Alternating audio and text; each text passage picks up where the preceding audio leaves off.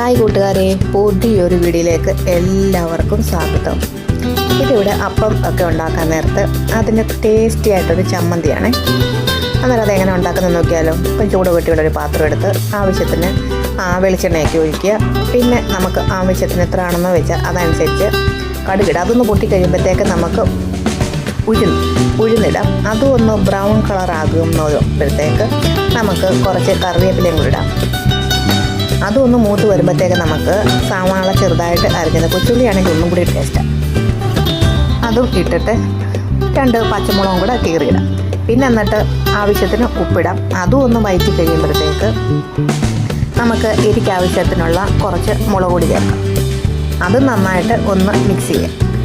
അതൊന്ന് യോജിച്ച് വരുന്ന ആ ഒരു സമയം എടുക്കണം. അന്നേരത്തേക്ക് നമുക്ക് ഇതിനകത്ത് ആവശ്യത്തിന് തേങ്ങ തിരുമിയിട്ട് അത് ജസ്റ്റ് ഒന്ന് ചതച്ചെടുക്കുക ഇത് കേട്ടോ. അതും നമുക്ക് അതിനകത്തോട്ട് ഇട്ട് കൊടുത്തിട്ട് നന്നായിട്ടൊന്ന് മിക്സ് ചെയ്ത് കൊടുക്കാം. ഒന്ന് ചൂടായി കഴിഞ്ഞാൽ മതി. എല്ലാം ഒന്ന് മിക്സ് ആവുന്ന ആ ഒരു സമയം. അപ്പം ഈ അപ്പത്തിനൊക്കെ നല്ല ടേസ്റ്റാണ്. നിങ്ങൾ ഉണ്ടാക്കിയിട്ടില്ല, ഇത് ഉണ്ടാക്കി നോക്കണം കേട്ടോ. ഇത് അപ്പം എന്ന് പറഞ്ഞാലും ഇത് തേങ്ങായും ഒന്നും അരയ്ക്കാത്തതാണ്. നല്ല ടേസ്റ്റിയാണ്. ഞാൻ ഇതിൻ്റെ വീഡിയോ ഇട്ടിട്ടുണ്ട്, എല്ലാവർക്കും അറിയാമായിരിക്കും. എന്നാലും നല്ല ടേസ്റ്റി ആയിട്ടുള്ള ഒരപ്പം.